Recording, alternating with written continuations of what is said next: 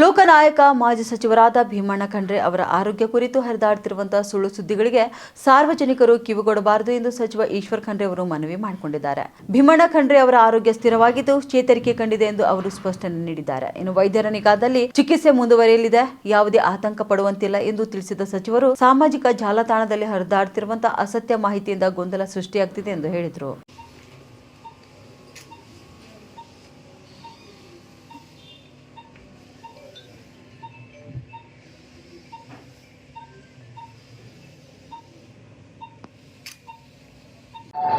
ನಮ್ಮ ತಂದೆಯವರಾದಂಥ ಶತಾಯುಷಿಗಳಾದ ಪೂಜ್ಯ ಭೀಮಣ್ಣ ಖಂಡ್ರೆ ಅವರ ಆರೋಗ್ಯ ಸ್ಥಿರವಾಗಿದೆ.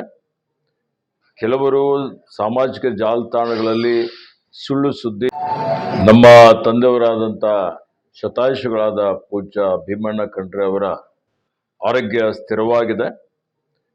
ಕೆಲವರು ಸಾಮಾಜಿಕ ಜಾಲತಾಣಗಳಲ್ಲಿ ಸುಳ್ಳು ಸುದ್ದಿ ಹಬ್ಬಿಸ್ತಾ ಇರ್ತಕ್ಕಂಥದ್ದು ಅಥವಾ ಬರ್ತಾಕಿರ್ತಕ್ಕಂಥದ್ದು, ಅದಕ್ಕೆ ಯಾರೂ ಕಿವಿಗೊಡಬಾರ್ದು ಅಂತೇಳಿ ಹೇಳಿ ಅವರ ಅಭಿಮಾನಿಗಳಿಗೆ ಎಲ್ಲರಿಗೂ ನಾನು ಮನವಿ ಮಾಡ್ತಾ ಇದ್ದೇನೆ.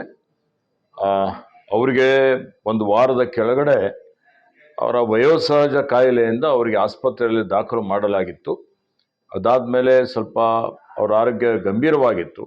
ನಾವು ಆಸ್ಪತ್ರೆಯಿಂದ ಮನೆಗೆ ಕರೆದುಕೊಂಡು ಬಂದು ಇಲ್ಲೇ ತಜ್ಞ ವೈದ್ಯರೆಲ್ಲರೂ ಸೇರಿ ವೈದ್ಯರ ತಂಡ ಅವರ ಆರೋಗ್ಯದ ಬಗ್ಗೆ ನಿಗಾ ವಹಿಸಿದೆ. ಅವರಿಗೆ ಉತ್ತಮ ರೀತಿಯಲ್ಲಿ ಚಿಕಿತ್ಸೆ ಕೊಡ್ತಾ ಇದೆ ಮತ್ತು ಅವರು ಚೇತರಿಸ್ಕೊಳ್ತಾ ಇದ್ದಾರೆ.